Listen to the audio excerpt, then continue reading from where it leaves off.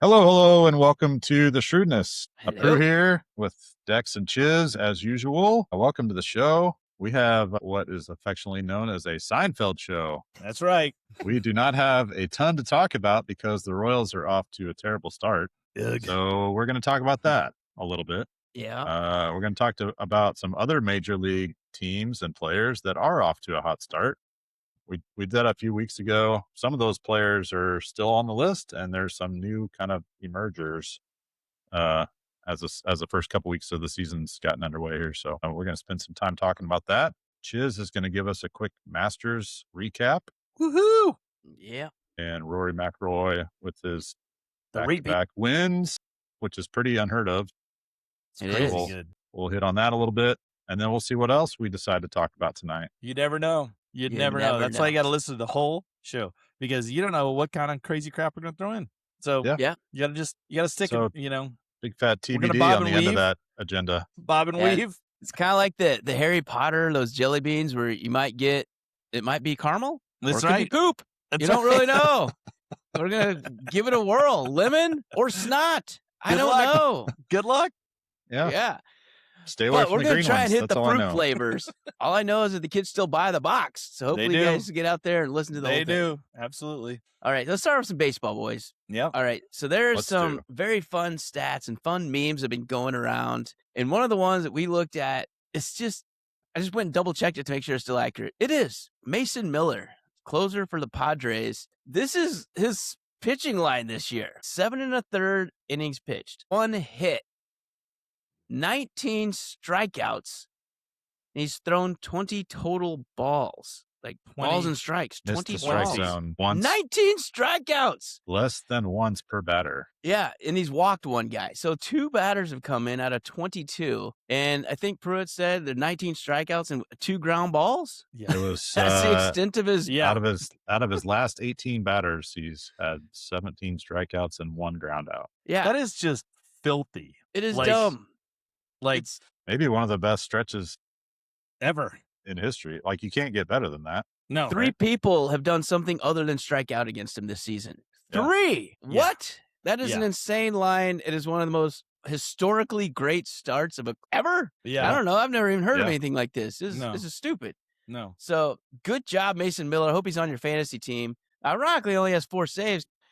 No. Is this just I think what they're it is? they're either winning big or Yes. that's Or that's 'cause- not winning. Yeah, Yep. or not winning. In the That's 4 right. close games, he closed out. So that's Right. kind of what's up. So Yep. Mason Miller, a good one. Here's another shockingly good, feel-good story, especially if you're a Cardinals fan. We hit on him last week, but Jordan Walker has not Yeah. slowed up. He is your major league leader in home runs with 8. Right. And he had just hit home runs in 3 games in a row. He's still playing tonight. It's going to be wrapping up soon, but he doesn't have one yet. But his line right now, 333 with a 1.137 OPS. Now let's put this in perspective. So in 2025, he finished with a .584 OPS. Yeah, not slug. On base plus slugging was 584. He was horrible. They're thinking he's a flop at 22 years old, which is kind of hard to Right. flop at 22. So this year, in his age 23 season, maybe 24. I can't remember what his birthday is. His start is on pace. Only 4 other people in Cardinals history have had a better start than him regarding home runs in this many games. Albert Pujols, Uh-huh. Scott Rowland, Mark McGuire, Stan Musial. That's the list. That's And a Jordan pretty, Walker that's pretty is decent company to be sitting amongst. Yeah, I just did the pace. So he's on pace for 76 home runs. I started to say close to 80. 'cause Yeah. he's yeah. Yeah. So won every wow. other game. So props to Driveline Academy. I mean, I Right? guess that crap works. Yeah. He goes there over the winter, comes back. What's funny, he's only batted like 150 in spring training. So maybe he just, when I don't know what he's working on. He Right? shows up in the major league season, though, is like, oh, I need to just turn my thumb a little to the right. Yeah, I don't I know got what this. he did, but suddenly he's knocking stuff into fountains everywhere he goes. He's knocking them through the arch in St. Louis. Yeah. Jordan Walker. I mean, wow. If we can find Yeah, that he's a clap fun app, that's what story. we need there. He's a Peru. fun story, right? So, I want him Yeah, to do. but Jordan Walker, heck of a start. You get some cheering. Oh, there it is. Yeah, hey, there it is. That's Way the to go, cheering. Jordan. There you go, Way to go, Jordan. Jordan. Welcome. All right, another. Yeah, So it's this gone. one's spanning over from last season, and you just kind of you don't forget, it's just take it for granted. Shohei Ohtani, how good he is. He has been on base 47 straight games dating back to last season. I mean, he's so good at taking pitches, getting walks, getting hits, batting for average. You almost think he can do it every game, but at some point he's got to end. But I just thought, wow, got to highlight greatness when you see it, because sometimes when you're in the middle Do we know of what the record is for that? I mean, obviously history is 56. I don't know the on base. I'll look it can't up. be much more than that. Let's But see. Barry Bonds had to have gotten a ridiculously high that season when he walked 170 times or something, The and he batted record 320. Is Ted Williams. Ted Williams, 84 consecutive games. Wow. Well, My Ted, goodness. 84 games. the Splendid Splinter, 84 Well, games. lasted for 75 years. So Yeah, you got a ways to go, Shohei, but you're on your way, buddy. Yeah, you're over halfway. You're over Yeah. halfway. That's pretty impressive. That is pretty awesome. So Shohei Ohtani, I hope he gets it. Keep on going, man. Right, I yeah. want to see history because, frankly, he is the best player in our game right now. It's not even close. Interestingly, he just passed Ichiro Suzuki, Really? who had a 43-game streak back in And his was all hits. heyday. You know, Yeah, Ichiro wasn't walking. he wasn't walking. Yeah. So that was You had to hit him to put him on base with Right. other than a hit. right. That's right. Bounce him. Right. All right, another fun start. And we talked about this too, but Mike Trout. God, it's so fun when he's healthy. It's so fun when he's vertical and Love him. not in a brace. But he hit his 5th home run tonight. He's at an 896 OPS to start the season. The average is a little low, like 222 or something, but who It's cares? early. Seeing Mike Trout with it nearly a 900 OPS and still vertical. Right. That's all I want to see. I want to see a healthy Mike Trout season. I love watching him play. One, He's just a lot of fun. One Absolutely. like 3-hit game, and he'll be back to where he should be. Yeah. Exactly. Yeah. It doesn't take Still much in early. April. He's Still early. early. It's early. It's early. Yeah. Early April, you can get by with stuff. All right, there's another fun one. The best records in the American League.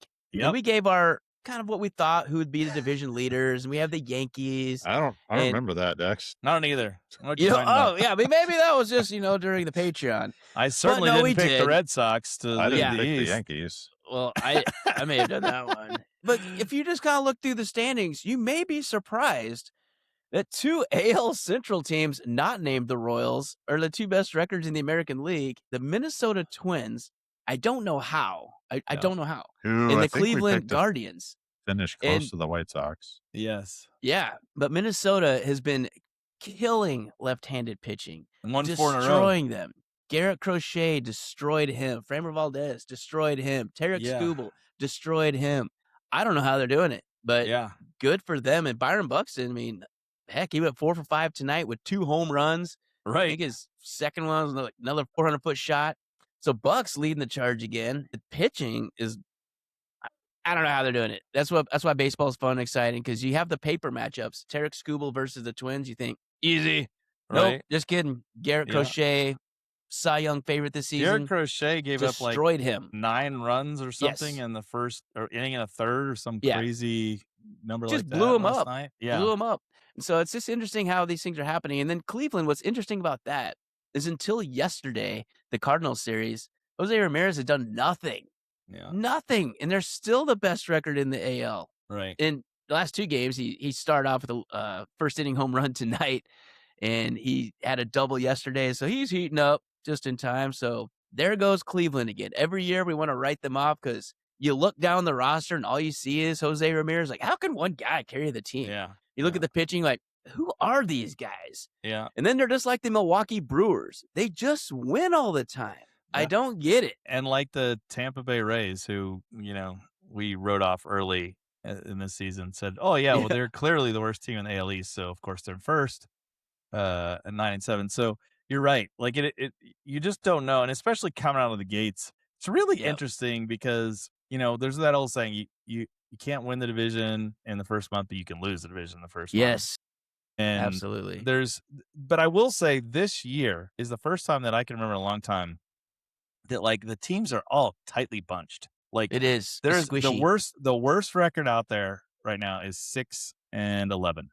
Okay, which is not good, but like that's not horrible for 17 Yeah. games. We've seen much worse Yeah. through 17 games. Like usually There's you a got lot a of team that's overs or like, one for. yeah, 1 for, 2 Weren't for, the- Like the White Sox Orioles. and Rockies and Orioles, like the last couple of years, have started with Nothing. less than 5 wins for the first month. Like Yeah. 3-15 or something Yes. Yeah. was the Orioles last year or Yeah, something. like, and the Atrocious. White Sox Crazy were, like, bad. on a historic pace there for a while to be, like, the Yeah. worst team ever, and Yep. so you're right, the best records, the Twins are 11-7, and then in the National League, not surprising, the Dodgers are 12-4, but Yeah. they're the You gotta look anomaly. past them, past They're the they're the Dodgers. only one that's like that, though, like Yeah. 12-4, everyone else is really bunched between, like, 7-10 and 11-7. That's kinda like all of the major leagues right now, which kind of fun because I hate it It's when like surprising.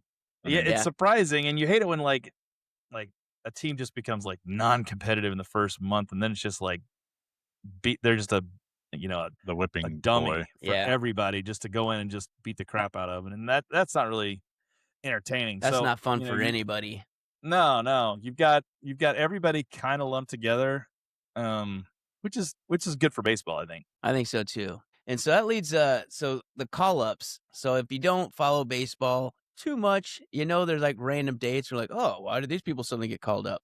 Well, it's about service time and manipulating service time for these younger players so they have team control and get that extra year. So next week is one of those weeks when some of these big name prospects may be getting the call. So a few that I'm highlighting, I think, are the ones that have the best shot to get called up for their respective teams. So Charlie Condon, we talked about him in spring training. We posted a video of him going yard at the game I went to. So far down in AAA, he's batting .325 with a 1,113 OPS. Got 4 home runs. So he's looking like the Golden Spikes winner out of Georgia. They drafted him, I think, number 2 or 3 overall a couple years ago. And he's finally healthy. And he looks like, oh, I am a really good hitter. I forgot I was the best player in college a couple seasons ago. So I feel like if you're Colorado, come on, man. Why are you not calling up the power hitter you drafted Right. for exactly this reason? You picked a college bat to be faster to the majors. Yep. So I've got to believe Charlie Condon may be coming up. And that'll be fun for everybody. He's a big kid. I think he's 6'5", 6'6". He's huge. He's a big kid. Yeah. So that'll be one I think is going to be getting the call up pretty soon. And nothing to lose for Colorado. Like, oh, no, I got to bench this random scrub guy. Oh, no, dang. Right. So I think he'll be there. Another one for Detroit. So the Tigers have quite a few young prospects, but the biggest one is Max Clark, the outfielder. Yep. And he's absolutely earned a call up, but they won't do it yet. Probably not till next week. But he's off to a 352, 439 on base, 976 OPS with 8 doubles and 6 stolen bases to start his campaign this year. Nice. He's ready, man. He's ready. And all those doubles will probably be triples in Comerica. That's a deep stadium. The Max Clark's another one. Colt Emerson. So he's, I think, one of the top 5 prospects in baseball, especially after Connor Griffin got called up last week. So for the Seattle Mariners, so right now they have Cole Young at second base, but Colt Emerson is someone that could easily scoop that spot. Cole's doing all right. He's holding his own, but he's off to 265, 321, and a 729 OPS. So he's off to a good start, not great. They may just kind of keep him down until he starts heating up.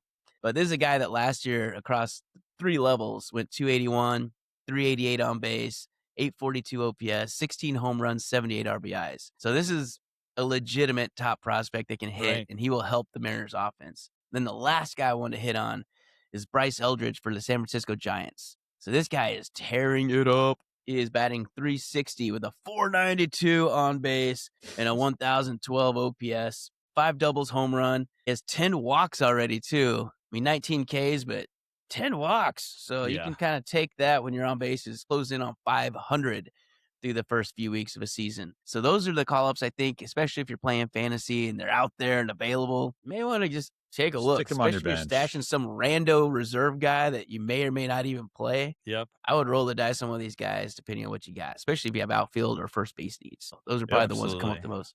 Nice. So, Absolutely.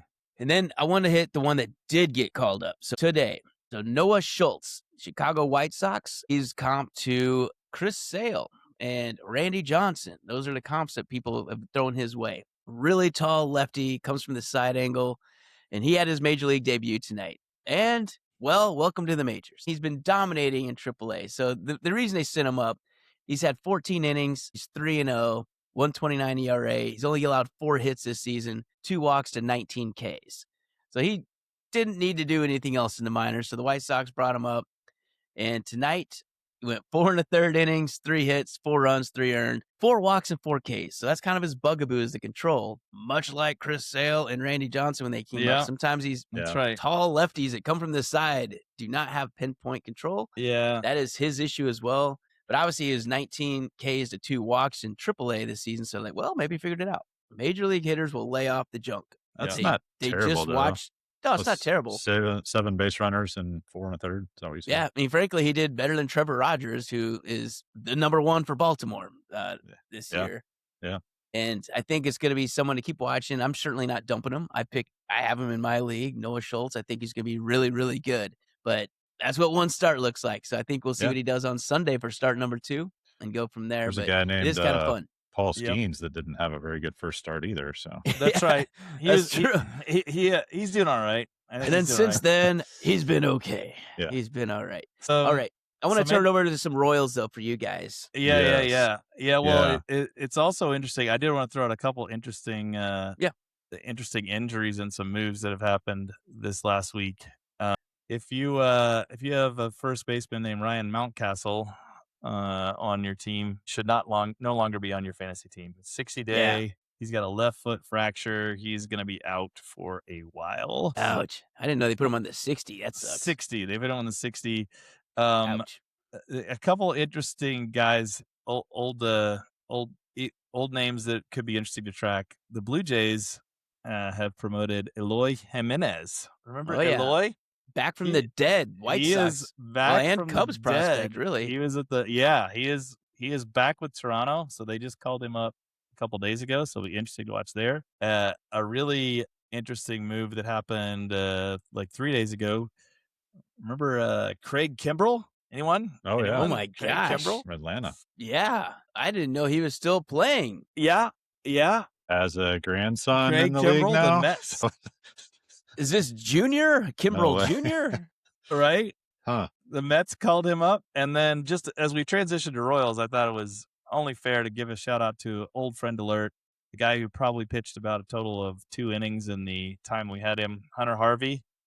Oh, yeah. Hunter Harvey, a lot of potential, big arm, signed with the Cubs, and is promptly on the 15-day injured list with a right tricep inflammation. So we are familiar with that aspect of Hunter Harvey.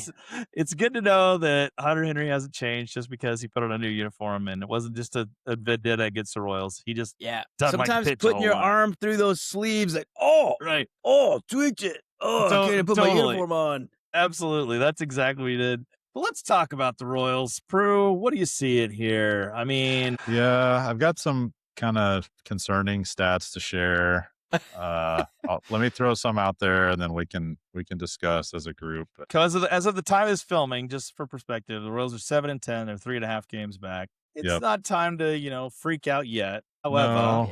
But they're not off to the start we were hoping for sure. No. 7-10 record. The pitching is off to a hot start. So I'll start with some high. Start with the positive. Yeah, some highlights. Starting rotation is awesome. Our starting pitching has 8 quality starts in 17 games. Pretty good. Commendable. Yeah, I'll take it. The number 2 through number 5 starters are 6-2 with 68 Ks to 22 walks. Dang. Excellent. They've allowed 16 earned runs in 72 innings for a 198 ERA. That's pretty elite. 198 through your 2 through 5. 2 through 5 starters combined. So one's got to be even better, right? The number 1 starter has struggled a bit. He pitched better today. Yeah. Hopefully he's turning the corner. Yep. So Reagans is dragging that total down a little bit, but still, overall, the Royals pitching staff, their starting pitching staff, has been... Starting. That's the key. Yeah. Has been very solid, as we suspected they would be, right? Yeah.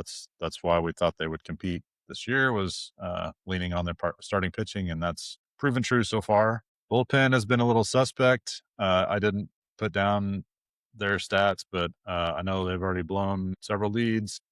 Yes, including tonight. Estevez has been, he appeared once, gave up a ton of runs, and then went on the IL. Did the Hunter Harvey IL stint. I think he's rehabbing now and should be back with the team here shortly. Hopefully he's going to turn the corner and be helpful. It's probably more of a mental rehab that he was going through there Yeah, after that it could first be. So start. bullpen has definitely not helped the cause much. But really, the big story is the bats. Yeah. The What bats, bro? Yeah. It turns out you need bats. We have bats to play baseball. We have forgotten ours. The Royals in 17 games have scored 54 runs, which is 3.2 a game, which is that's pretty bad. But it's not good. When you consider that they scored 21 runs in 2 of those games, they have scored 33 runs in 15 games. For a solid 2.2 per game. But at least like our leaders like Salvador Perez are probably doing all right, aren't they? Yeah. Pasquatch, he's killing it, isn't he? Yeah, so your veterans who should be at least contributing something are both hitting under 200. No, Pruitt, they're both under 160. Yes. That's under 200. Salvador Perez, yes. 159 on base, at least, is 221. I was trying to be nice, but yeah. We got to make it really, really bad. Vinny, 3 home runs in 1 game in the World Baseball Classic, 0 home runs in 17 games for the Kansas City Royals. Yeah. Whoa. Not good. But he does have a double. One. He has a double. Singular. Which is 1 less than Starling Marte, who's who played like 2 games. MJ Melendez back. So Pasquatch, 159 slugging percentage. Ugh. I didn't even know you can go that low. So if you're following the Royals at all on Instagram, you probably have seen the Bobby Witt. Judging by the attendance, you're not. The Bobby Witt Jr. meme that's floating around today. He has scored 1 run this year. One after leading the Royals the last at least 2 years in runs scored. Right. Yeah. Triple digits. He's been on base 16 times by hit. He also has 10 walks on top of that. So he's been on base 26 times. He's stolen 8 bases. And I think of those 16 hits, he's had 3 doubles. Yep. So he's been in scoring position base at least 11 times. And because Vinny and Salvi are batting behind him and both hitting 160 or less, he has scored once, which is atrocious. Kind of unbelievable. It's hard to believe. Let me throw out my nominee for Offensive Player of the Year right now for the Kansas City Royals. There's only one. Kyle Isbell. He is leading the team in batting average at 308. He has 2 home runs, 4 stolen bases. OPS of 873 right now, which is the best on the team. What the hell? In the 9 hole. In the 9 hole. Maybe he should be batting 4th or 3rd at this point. Let's give Bobby some protection with Kyle Isbell. Right? I mean, at least Kyle Isbell could bunt him over to 3rd, and then maybe somebody could knock him in. Like, it is I've watched several games, unfortunately. I've watched several games, and the team leader, like, they moved the fences in. Everybody, the that's fences helping. have been moved in, and as a team right now, they have 13 home runs in 17 games. It's probably because the weather's been so cold in Kansas City. Oh wait, it's been like 80s. Yeah. Maybe. I will say the one bright shining star, Carter Jensen, I mean, he's only hitting 222, but he has 4 home runs already. Team leader. He's legit in terms of... And Michael Garcia, let's not forget about him. So he's like our stud.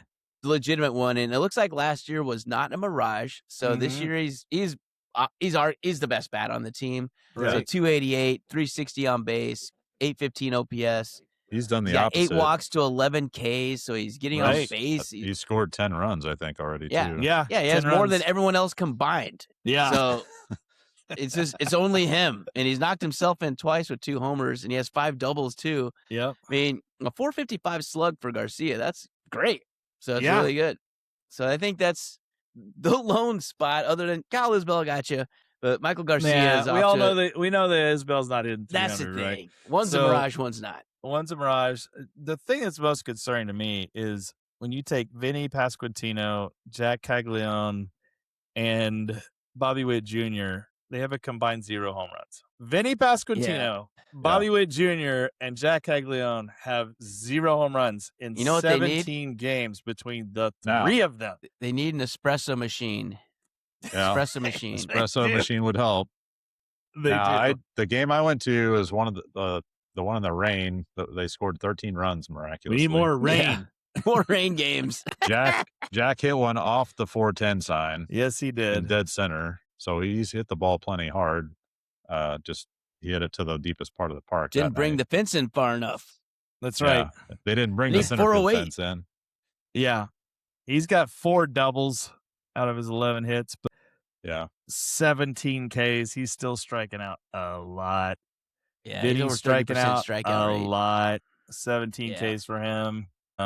Like I have to ask the question: at what point do they say we have a hitting coach problem? There's not talent issues here. These people should be hitting the ball. Yeah. The problem is that they're too, in my opinion, this is Crew's, uneducated opinion. Editorial. Probably. Yeah. The game I went to, it was, pouring down rain most of the game, and the Royals are up there just hacking away at the first pitch every at bat.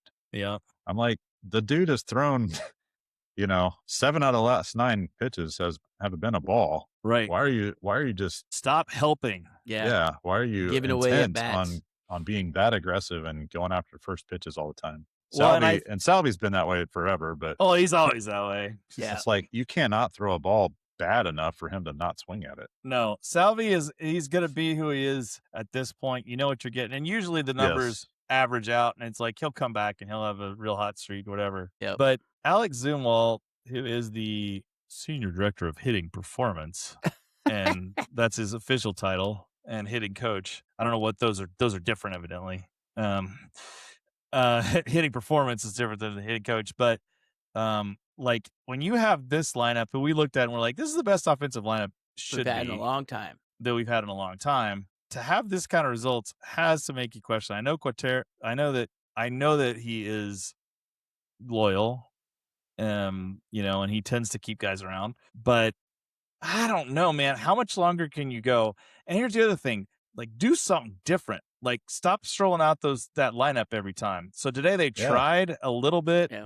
They moved Vinny to the 5 hole. He had been in the 3 hole, because right now 3 and 4 between Vinny and Salvi, it has just been a black hole of death. So you can't have that. So they tried mixing that up a little bit tonight. I saw, didn't produce any results, obviously. So I don't know what the trick is here, but like I feel like this is one of those, you just gotta like shake something up, like for a couple games, just be like, screw it. We're gonna have Salvi's leading off, and Bobby's hitting 9th, and let's see what the hell happens. Like I feel like you just got to get in their heads a little bit, like, because I think what happens now is what you inevitably see is now they're pressing.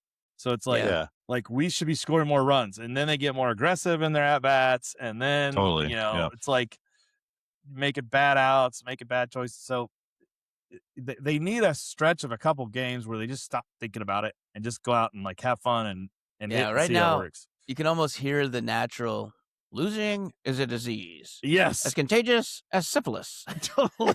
That's exactly You right. just hear the mental coach going in there and the psychology, like, see ball, hit ball, man. They need to go and simplify this thing. Wait for your pitch. Stop reaching. Stop giving away at bats. Yep. But it's also April 14th. It is. So we also need to maybe give more than 17 games. It's until we say they can't hit. Because I feel like, and we were saying this during Patreon, I feel like we could play last year's early April versions of our Royals updates. Be the same. The exact same. To include Vinny Pasquantino sucking. We were talking about sending him to the minors last year. Yeah, I remember it that's specifically. I'm like, maybe he needs to get some time in AAA. Right. Get his swing back. And soon thereafter, he started just roping the ball. Well, and historically, like, I don't know why, but the team in general is like this every year. It feels like it's slow starting. It feels like they have a slow start, when it gets warmer, they get hotter and they start hitting the ball better. Yep. And then inevitably, like by the end of the season, it seems like they're playing really good ball offensively. Yep. Making up for lost time in April. It's like, can you not dig yourself a hole? That's the like how big of a hole do you don't get have to in go out before and, you you don't have to get off to a hot start. Just don't get off to a terrible start. Right. Stay around 500 for the love of God. Just stay there. That's all they through need to April. do. Just hang around 500 and weather the storm, and hopefully, they could do it. But it has been incredibly disappointing, especially given how good the starting pitching is. Like, do not waste this rotation because this I know. It's a good rotation. They scored 13 runs the game that I went to, and they've scored 13 more the last 7 games. 7 games, 13 runs. That's not going to win much. So if you think about it too, I hate to say this, but I'm gonna. This is the kind of a rotation that if you can make the playoffs, you can win series because your rotation is so good. Because when you get in the playoffs, the pitching wins. Pitching wins in the playoffs. Yeah. So short series for sure. If you could just get in with these guys, I do want to say a couple things about Cole Reagans. What I'm seeing with Cole Reagans, here's the problem with Reagans. Reagans is a swing and miss guy, right? That's his deal. But we've talked about this before with him, and I still think it's true. Tonight, he had a great start. He had 6 innings. He 1 hit, but he only had 1 strikeout, and he had 4 walks. Yep. So 3 walks. He's trying to be too fine with his pitches, and his stuff is good enough. He doesn't need to be. He doesn't need to be. If he would just throw more strikes consistently, go deeper in the game, he's got an incredible defense behind him. Yep. Let's some guys Gold gloves all over the place. Right. So something just seems a little off with him to start. I hope nobody took him for Cy Young, or in terms of where that's going, because I feel like he's just showing he's a little bit still inconsistent. He needs to be more consistent as the one. So let's go with the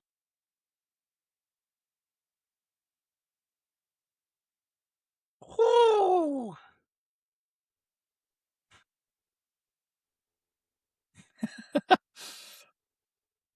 And that's the first of the season when you're not stretched out.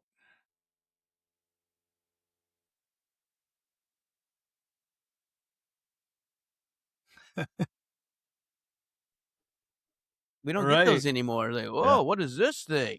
Right.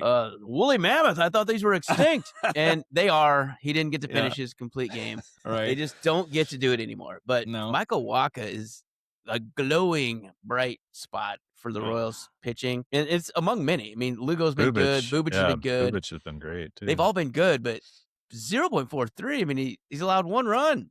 Yeah. So awesome. And that was a freaking homer. He's allowed 1 home run. That's the only run allowed this entire season so far for Michael Wacha. So kudos to him. It's a great start. Hope he can keep it up. You don't want to say it's a critical time because it's April, but if you look at the next week's games, they've got 2 more against Detroit, which is the favorite to win the Central. So, you don't want to get swept by Detroit. And then you got a 3-game series against the Yankees who are going to be good. So, you don't want to go 0-5 over the next couple days. That wouldn't be good. That would be a disaster. If you go 0-5 and you're sitting there at 7-15, then it's man. It's so much to get out of it. An 8-game win streak. Right. 500. We gotta So it's they need to get a couple of these while they're righting the ship offensively, just so they don't feel like they're desperate and out of reach early. Yep. Yeah. I think they'll be okay. I do, but it is disappointing given the hopes going for the season, and you got to think there's going to be some reversion to the mean, right? Yeah. Yep. You just got to hope they can win 2 out of 3. Yeah. But to be batting this atrocious and be 7-10, I'll take it. Yeah. I'll take it. Yeah, you're right. So absolutely. That's what we got to do. All right, so let's pivot over to the Masters weekend and what was with the green jacket. So Chisholm, lead us through some Masters. Man, okay, before we even go to the Masters, I have to say I love the Masters. I'm not a massive golf guy. I watch the majors. Is this before we go to the Masters? Yes. Before we go to the Masters, I need to say. Want to talk about the Masters? I want to talk about the Masters. Here's a prelude to the Masters before we get into the Masters, okay? It's called foreshadowing. Pre-Master. Right. Let's call it The Apprentice. The Apprentice. That's before what the this Master. That's right. So this is my favorite of all the golf tournaments for sure. One, if you haven't watched it next year, sit down and watch a day. And here's why. It's absolutely gorgeous. I like, you don't have to like golf. You look at the terrain. It's insane.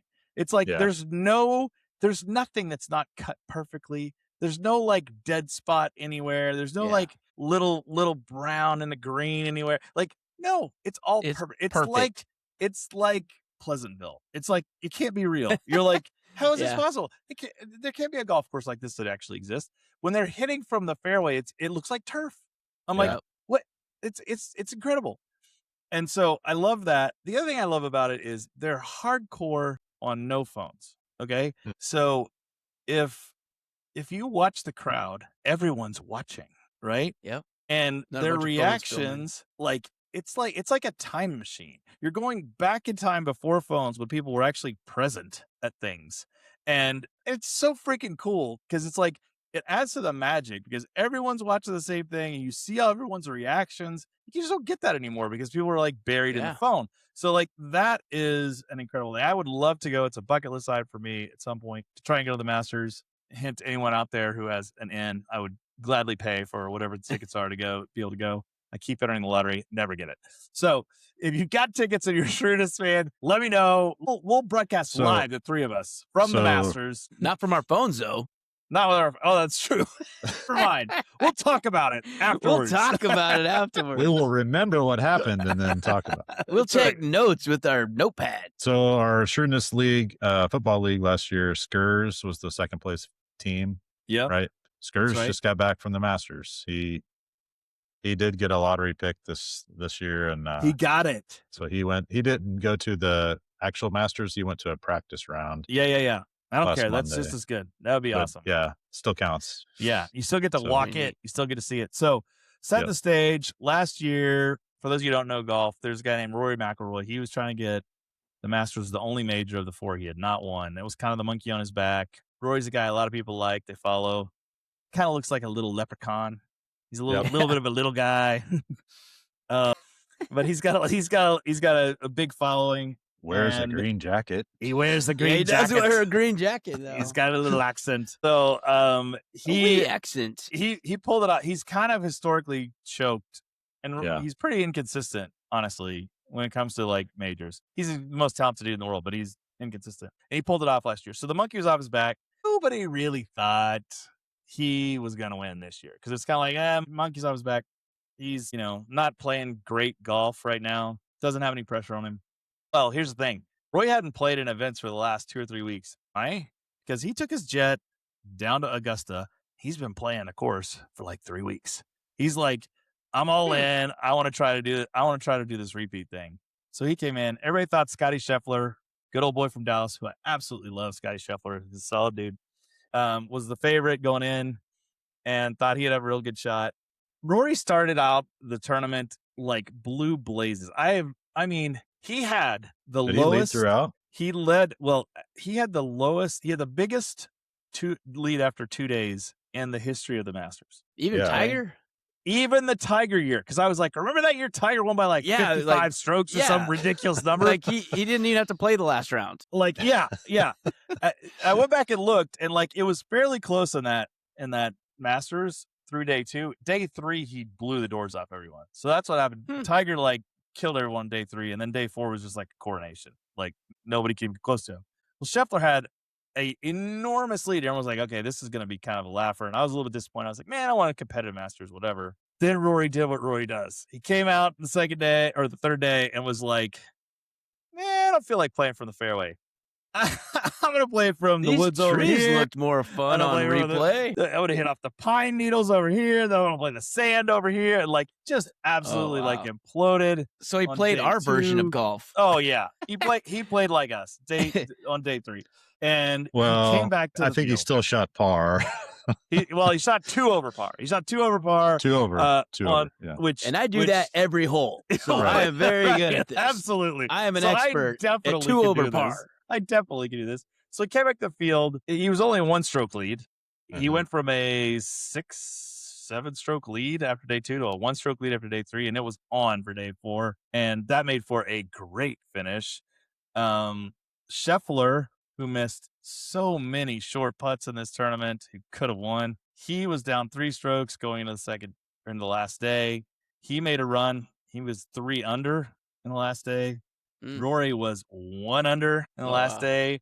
He let everybody come back to him. He lost the lead on the front 9, and everyone was like, oh, he's done. But to his credit, he came back, couple birdies at the end on the 8 and 9, held it, and then had a really, really strong run, 11 and 12 birdied, and then just held it. And he bogeyed 18 to make it a little more drama, even though everyone was in the clubhouse. It was like, oh, is he going to? And he bogeyed it, but he saved it. 5 putts, then if he 5 putts this, I got it. Yeah. But it was great fun. It was great golf. It made it for some good drama. But here's the thing that I wanted to ask you guys. Yeah. So I've done some research on this, and I wanted your thoughts. So what do you guys? First off, what do you normally shoot? What's your handicap? I know you may not have an official handicap. Dex, Prue, give me your handicap. What you think you shoot? I shoot about 13 to 15 over par. Okay, 13 to 15 holes. Over par. So you're normally somewhere in like 85, 87. Pretty good golfer. Pretty good golfer, Prue. Dex? I'm in the 90s now. I suck. I don't get to play anymore. Yeah. No, I know. That's kind of what I played all the time. I was in like the mid 80s, the upper 80s. Yeah. So now you're like 93, 94, somewhere in there. I'll still break 100, but sometimes it's like, oh my, I need to play these last 5 holes pretty good. I need to pull something out here if I want to get break 100. I need a par in the worst way. So Prue, we'll call you a 15 handicap, and Dex will call you a 20. All right. So knowing that, what do you think you would shoot on a round at Augusta? Okay. Round at Augusta. I feel like the course is like 7,600 yards for one, as opposed to a standard like 6,000, 5,600. Yeah. Oh, playing from the tips, huh? It would take me like 8 shots to get there if I didn't go through the water and hazards. To be clear, I don't think there's I don't think there's no women. Well, there's no women's tees, and we know this. So that for sure is one thing that's out. Yeah. So I actually did some research. There actually is there's a where they play seniors, from, and then there's a members tee. So the people that actually are members at the golf course, they have a tee. It's a little bit up, but yeah. So let's be honest, it's a seniors tee. It's a senior. It's a senior. There's no youngsters that are members there. I don't no one has the money to be in the. So, but you're playing from where they play from. So what would you guess? Is there a right answer here? I mean, for one, I don't think I'd be able to ever make a putt. There is a right answer. The greens are so tabletop. It's like putting on a quartz countertop. I don't know how they were stopped. You have to hit the hole. I would never hit the hole. Well, I'd roll that thing all the way off the green and be in the water. I'd be losing strokes putting. You definitely have to putt like just super tap it in. Yeah, super light tappy. It's like there were a couple times I'm like, did he even hit that? Like I know. Then it goes like 40 feet. But I just walked past fast and it started rolling. Totally. They do roll true though. I played the Firestone golf course one time in Ohio, and it was the thing. Like they're much smaller greens, but they're very domed. And if you don't hit the hole, it's going way past. A long ways. Yeah. Right. But if you hit the ball where you intended to hit the ball, it rolls true. So I made a couple of long putts that I was like, I have no business making that. To answer the question, it's probably at least double, right? So if I'm 18 so what over, do you think? it's probably another 18. What would you shoot? Probably like a 115 to 120. Yeah. Okay. I have no doubts maybe that I even would not worse. break 100. Right. 105, I'll say. 105. Like yeah. So a 15 handicap golfer, according to AI, and this is pulling. It's always accurate. Well, yeah, of course. It's pulling from like 80 different sources, is what it says. Yeah. A 15 handicap golfer who normally shoots in the mid 80s would shoot around 110 at Augusta National. Yeah. Wow. 20 strokes harder. Like, just because. That is a 20 handicap golfer would shoot around 120. That's what it says. Yeah. That sounds about right. Yeah. like past champions, say like Larry Mize and Jose Maria Olazabal. You have to say the Olazabal. Olazabal. The Yep. Z's of There's no Z. Olazabal. It's Say Teo. breaking 100 for a 15 handicap golfer would be, quote, a miracle. Like that is how ridiculously hard. And it's so funny because it made me think, because you're watching and you're like, come on, jackass, like just tap it in. I don't understand. What's the problem? Jackass. Like just tap it in. I think the hardest part, I mean, of course it's super long and I would need to hit driver twice on par If I could tee it up again, please. I don't have a 300 yard club in my bag, so that's No. that's a big problem. That's Now at on the least a stroke a hole, right? Right. Now on the par threes, we could probably get it on. Reach them. Maybe. With the Right? driver, yeah. Yeah, you could probably get it on. You have a chance to get it on. Yeah. But you're absolutely right, Dex. The putting, like, I don't think you get a good feel for it. They did a really good job of getting some shots this time from like ground level. So you saw the undulations in the green. Yeah. And it's like it's enormous. Some of the undulations and so freaking fast. So like I saw one of the guys one day, he was just off the green and so I mean he's in the rough or whatever, and he had 20 feet to the hole, and he tapped it with his putter, and like I was like, it barely got to the green. And I was like, oh shit, that's gonna be way short. And it ended up 5 feet past the hole. And I was like, This is insane. like Yeah. I think we would 5-putt every hole. Like that Yeah. that is the thing that is. And I don't know how you do it. You're right, Dex. Like you have to just make it in That's because the thing. Well, like- so and then I didn't pay attention at Augusta, but some of those PGA courses, the greens are so large too that they're huge. despite it You're being doing 100-foot fast, putts. it's like a 100+ foot putt sometimes if you don't hit your iron shot, your approach shot somewhat close to the hole. Totally. So it's impressive if you can 3-putt on some of those greens just because of how massive they are. Yeah. Yep. Yeah, that's right. And I'm a guy who shoots high 90s. So I assume I would probably have 5 or 6 snowmen. Like Oh yeah. like it would just be like Well, there's More than that. where you're just like Like if you have to carry yeah, right, some of those amen corner. right. No. Some of I'm those, just dropping over here. I'm just hitting into the water. 210 yard par threes over water, like that's easily 2 water balls. Yeah. And then 1 in, 2 out, 3. 2 in, 3 in, 4 out, 5. I'm Totally. laying 5 after 2 shots. What do we got?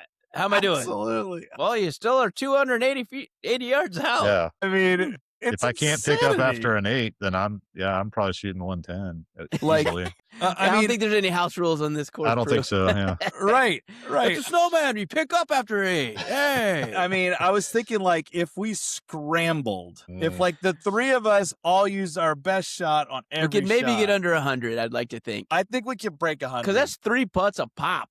Right. Surely Yeah. we're not going to do Yeah. that bad on all 3 I think putts. we could break 100 if a 3-man scramble. I think maybe we could break Yeah. 100 on a 3-man scramble. Next time we Which play normally would Augusta, let's like- just Like even us right now, if we went and Let's played a try normal that. course 3-man scramble, we'd be in the Oh 70s. yeah.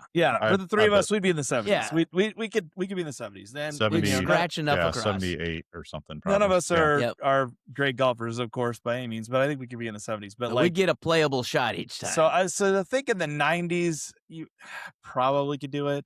yeah. But this gave me an idea as I was watching the Masters. And I think that when the Shrewdness gets big enough, we're going to do this. Okay. We're going to sponsor. It's going to be, it's a round after the Masters where we just take 4 Joes and they play Augusta National on TV and we track it. Oh my God. I would watch every single shot of this tournament. I would watch, like, this would be phenomenal. to Full watch audio. We got to have full audio. to watch 4 Joes at Augusta National who think they're probably going to do good. Like I want guys that are like, They the can guys play. that you run up in the golf course and you're like, yeah, I usually hit, somewhere around 82, 83. And then you start playing with them and they're like pacing to 99, 100. Oh, it's my 110, worst day ever. Goes, I don't know why I'm shanking everything. Right? It's like, I want that guy. I want the guy who thinks he can. I want the guy who says, I could probably shoot 90 at Augusta. That's the guy I want. And I want to put him on the course, and I want to watch him. Yeah. Sweat bullets. From the tips. You don't get the members tees. From the tips. This would be entertaining. Yeah. Viewing. Like, I mean, everybody watch this. So I want to do this. It might be good, just 3 holes. I don't know how much I can watch of, like, it'd be an 8-hour round. Right. It might be an 8-hour round. Yeah, it might be a good 3 holes. Maybe you pick the 3 most iconic holes and let them be like Lord of the Rings marathon. All 3 extended versions is how long that round would take. But I think this would start a series, a Shrewdness series too, where we would have regular people doing all the sports at some point. Regular person running against an Olympian in the 100, that kind of thing. Like where, it's like, you just get to see, like, because I think people lose all perspective for how good these guys are ridiculous. Like you watch these guys and you're like, they hit off the tee and they're in the trees and you're like, you're a jackass. You're a professional golfer. What do you mean you're in the trees? It's like, the fairway's like this wide. Yeah. It's like, like 600 yards. Yeah, you hit it in the trees. You also hit it 325, but right. And you have to intentionally slice and intentionally fade. Right. And then they hit it out of the trees onto the green or something. You're like, how in the world? Like, I don't think average people have an appreciation for this.